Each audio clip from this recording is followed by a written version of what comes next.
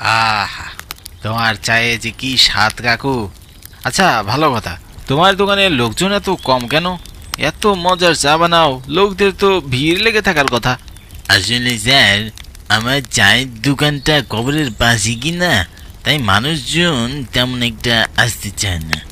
কিন্তু আমারও তো জীবন চালাতে হয়, তাই পেটের দায়ে বসে থাকি। সে কি, কবরের পাশে বলে কি সমস্যা? এই জায়গাটা ভালো নয় স্যার, কি কি না এখানে থাকে, একা কাউরে বাইরে মাইরা ফেলায়। ভালো কথা, আপনি তো গ্রামে নতুন আইছেন, কোথায় উঠছেন? ওই তো কবরস্থানের পাশে যে টিনের চালাটা, ওটাই ভাড়া নিয়েছি। কি সব বলেছে গোদা, ওইটা তো এমনিতেই পড়ে থাকতো, আপনারে এটার খবর দিল কেটা? এমন কি দরকার ছিল যে এমন একটা জায়গা আপনারে আসতে হইল? ছিল গো কাকু, ছিল। আমি একজন ইনভেস্টিগেটিভ অফিসার, ওসব সরকারের মারপ্যাচ। তোমরা গ্রামের লোকেরা তো বোকাশোকা, বুঝবে না। এখানে কবরের পাশে আর গ্রামের কিছু মানুষ জায়গা দখল করে বসে রয়েছে, তাই সরকারের পক্ষ থেকে আমাকে গ্রামে পাঠিয়েছে এসবের ডকুমেন্ট করতে। তাহলে তো মেলা দিন এইখানে থাকবেন বাবু? হ্যাঁ, এই বলতে পারো 10-15 দিন। যাই, উঠি তাহলে এখন। বাবা, একটা কথা। হ্যাঁ বলো কাকু। রাত কইরে বাইরে বাইরে হইও না, বিপদে বুঝতে পারো। ও সইলে আসবো, তোমার ক্ষতি করব, একটু সাবধানে থাইকো। এমনিতেই কবরের পাশে টিনের চালায় উঠেছো কিনা? তুমি তো কবরের পাশে যায় দোকান দিয়ে বসেছো, তোমার কি ক্ষতি করে না?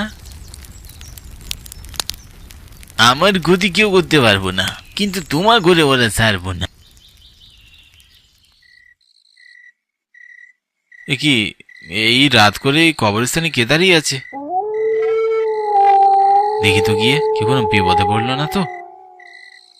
কে কে ওখানে? কাউকে তো দেখতে পাচ্ছি না। চায়ের দোকানটাও বন্ধ, ধুর, চলেই যাই। এ কি, তুমি কে? কে তুমি? এই রাত করে এখানে কি করছো? আর তোমাকে এমন বিভৎস দেখাচ্ছে কেন? আমি চিত্রলেখা, এই রাতে তোমার জন্য অপেক্ষা করছি। আসো আসো, আমার কাছে আসো। মানে, আমার অপেক্ষা কেন করবে তুমি? কি চাও তুমি আমার কাছে? আমি কিচ্ছু চাই না, কেবল তোমার কাটা মুন্ডুটা চাই। দেবে আমায়? দেবে?